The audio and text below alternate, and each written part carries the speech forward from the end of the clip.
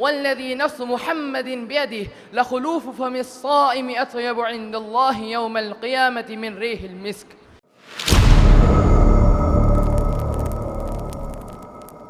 ہمارے کچھ علماء کرام تشریف لائے، ہمارے کچھ معزز مہمان گرامی بھی، لیکن مسابقہ مکمل ہو چکا تھا۔ میں صرف آپ لوگوں کو ایک نمونے کے طور پہ ایک ایک بچہ جو ہمارے پوزیشن ہولڈرز ہیں ان میں سے آئے گا اور آ کر انشاءاللہ آپ کو ایک ایک حدیث نمونے کے طور پہ سنا دے گا۔ 5 سوالات کیے گئے تھے، لیکن میں صرف نمونے کے لیے ایک سوال ان میں سے جو ہے وہ انشاءاللہ تعالی عزیز ان کے استاد کو کہوں گا کہ وہ جو ہیں وہ آپ کے سامنے رکھیں گے۔ وہ طالب علم انشاءاللہ آپ کو حدیث سنائے گا، متن سنائے گا، اس کا ترجمہ سنائے گا۔ میں تینوں بچوں کو سے درخواست کروں گا کہ وہ یہاں اوپر آ جائیں۔ المجموعة الثانية الحديث الرابع عشر. قال النبي صلى الله عليه وسلم: كل عمل ابن آدم له إلا الصيام فإنه لي وأنا أجزي به. أكمل الحديث. بسم الله الرحمن الرحيم. اللهم صل على محمد النبي الأمي وعلى آله وسلم تسليما.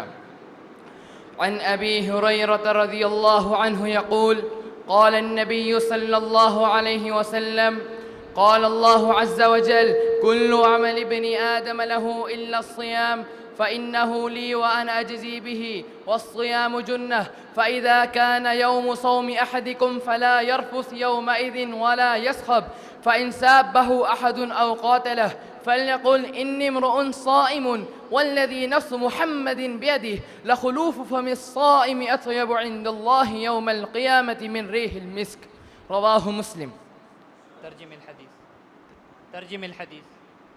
حضرت ابو ہریرہ رضی اللہ تعالیٰ عنہ فرماتے ہیں کہ رسول اللہ صلی اللہ علیہ وسلم نے فرمایا، اللہ عز و جل فرماتے ہیں ابن آدم کا ہر عمل اسی کے لیے ہے سوائے روزوں کے، اور روزہ خاص میرے لیے ہے اور میں ہی روزوں کا بدلہ دوں گا، اور روزہ ڈھال ہے، بس جب تم میں سے کوئی ایک روزہ رکھے تو اس دن نہ کوئی بےہودہ گفتگو کرے اور نہ کوئی فحش کام کرے، اور اگر اسے کوئی گالی دے یا اس سے جھگڑے تو وہ کہے تو اسے کہنا چاہیے کہ بے شک میں روزے سے ہوں، قسم ہے اس ذات کی جس کے قبضے میں محمد الرسول اللہ صلی اللہ علیہ وسلم کی جان ہے، روزے دار کی منہ کے بو اللہ کے ہاں قیامت کے دن مشک کی خوشبو سے زیادہ خوشبودار ہوگی۔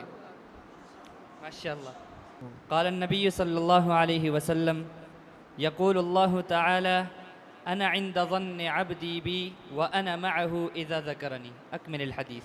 عن أبي هريرة رضي الله عنه قال: قال النبي صلى الله عليه وسلم: يقول الله تعالى: أنا عند ظن عبدي بي وأنا معه إذا ذكرني، وإن ذكرني في نفسه ذكرته في نفسي، وإن ذكرني في ملأ ذكرته في ملأ خير منهم، وإن تقرب إلي بشبر تقربت إليه ذراعا، وإن تقرب إليه ذراعا تقربت إليه باعا، وإن أتاني يمشي أتيته هرولة. متفق علیہ. حضرت ابو ہریرہ رضی اللہ تعالیٰ عنہ سے روایت ہے، وہ فرماتے ہیں کہ آپ صلی اللہ علیہ وسلم نے فرمایا، اللہ رب العزت فرماتے ہیں کہ میں بندے کے ساتھ وہی معاملہ کرتا ہوں جیسا وہ مجھ سے گمان رکھتا ہے، اور میں اس کے ساتھ ہوتا ہوں جب وہ مجھے یاد کرتا ہے، اور اگر وہ مجھے دل میں یاد کرتا ہے تو میں بھی اسے اپنے دل میں یاد کرتا ہوں، اور جب وہ مجھے کسی مجلس میں یاد کرتا ہے تو میں اسے بہتر مجلس یعنی فرشتوں کی مجلس میں یاد کرتا ہوں، اور جب وہ میرے قریب ایک بالشت برابر آتا ہے تو میں اس کی طرف 1 ہاتھ قریب جاتا ہوں، اور جب وہ میری طرف 2 ہاتھ قریب آتا ہے 1 ہاتھ قریب آتا ہے تو میں اس کی طرف 2 ہاتھ قریب جاتا ہوں، اور جب وہ میری طرف چل کر آتا ہے تو میں اس کی طرف دوڑ کر جاتا ہوں۔ ماشاءاللہ. اسد اللہ. السلام علیکم ورحمۃ اللہ وبرکاتہ. قال رسول الله صلى الله عليه وسلم: عرضت علي أجور أمتي حتى القضاة. أكمل الحديث. صلی اللہ علیہ وآلہ وسلم. عن انس بن مالک رضی اللہ عنہ قال: قال رسول الله صلی اللہ علیہ وسلم: عرضت علي أجور أمتي حتى القضاة يخرجها الرجل من المسجد، وعرضت علي ذنوب أمتي فلم أر ذنبا أعظم من سورة من القرآن أو آية أوتيها رجل ثم نسيها. رواه الترمذي. حضرت انس بن مالک رضی اللہ عنہ سے روایت ہے، وہ فرماتے ہیں کہ نبی کریم صلی اللہ علیہ وسلم نے فرمایا کہ مجھ پر میری امت کے اجر و ثواب کو پیش کیا گیا، یہاں تک کہ اس تنکے کا ثواب بھی پیش کیا گیا جسے آدمی مسیح سے اٹھا کر پھینک دیتا ہے، اور مجھ پر میری امت کے گناہ بھی پیش کیے گئے، پس میں نے کوئی گناہ اس سے بڑھ کر نہیں دیکھا کہ کسی کو قرآن کی صورت یا آیت یاد ہو اور اس نے بھلا دی ہو۔ جزاک اللہ۔ ماشاءاللہ، یہ طلبہ آپ کے سامنے بطور نمونہ کے ایک ایک حدیث پیش کر رہے تھے۔ ہمارا الحمدللہ مسابقہ اپنے اختتام کو پہنچ رہا ہے۔ اللہ رب العزت سے دعا ہے اللہ رب العزت ایسے ہی اس ادارے کو، اس کے منتظمین کو، اس کے معاونین کو، اس کے بارے میں خیر خواہی کرنے والوں کو، اس کے طلباء کو، اس کے اساتذہ کو، اس میں تشریف لانے والے ممتحنین، منصفین اور احباب کو اپنی جناب سے بہت بہت جزائے خیر عطا فرمائے، اور مدارس اور اہل مدارس کو دین دگنی اور رات چگنی ترقیات نصیب فرمائے، آمین۔ اللہم صلی علی سیدنا و مولانا محمد عبدک و رسولک وصلی علی المؤمنین والمؤمنات والمسلمین والمسلمات، لا الہ الا اللہ الحلیم الکریم، سبحان اللہ رب العرش العظیم، والحمد للہ رب العالمین۔